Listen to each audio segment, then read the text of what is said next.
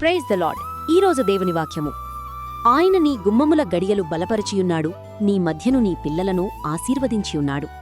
ప్రియ స్నేహితులారా, ఈ వాక్యం దేవుడు మనకిచ్చే అద్భుతమైన రక్షణ మరియు ఆశీర్వాదానికి గుర్తు. మన ఇంటి గుమ్మములకు గడియలు మనం వేసుకున్నప్పటికీ వాటిని బలపరిచేది, భద్రతనిచ్చేది దేవుడే. అంటే మన కుటుంబం మీద ఏ కీడు రాకుండా ఆయన కాపుదల ఉంటుంది. కేవలం రక్షణ మాత్రమే కాదు, మన పిల్లలను కూడా ఆయన ఆశీర్వదిస్తాడు. మన నివాసం దేవుని కృపతో నిండినప్పుడు అక్కడ భయం ఉండదు, కేవలం సమాధానమే ఉంటుంది.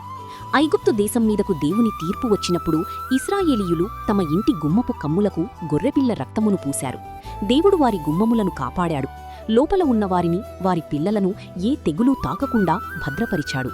దేవుని మీద నమ్మకముంచిన వారి ఇళ్లకు ఆయనే కోటగా ఉంటాడనడానికి ఇదొక గొప్ప ఉదాహరణ. యెహోవా ఇల్లు కట్టించని ఎడల దాని కట్టువారి ప్రయాసము వ్యర్థమే. ఆయన మీ ఇంటిని, మీ సంతానాన్ని దీవించునుగాక. ప్రార్థన. ప్రేమగల తండ్రి, కృపగల మా దేవా, మా ఇళ్లకు నీవే కాపుదలగా ఉన్నందుకు స్తోత్రాలు. మా గుమ్మములను నీవు బలపరిచి ఏ కీడు మా దరికి చేరకుండా భద్రపరచు. మా పిల్లలను నీ ఆశీర్వాదాలతో నింపి వారిని నీ మార్గంలో నడిపించు. మా కుటుంబంలో నీ శాంతిని ఉంచమని యేసు నామంలో వేడుకుంటున్నాము తండ్రి. ఆమేన్.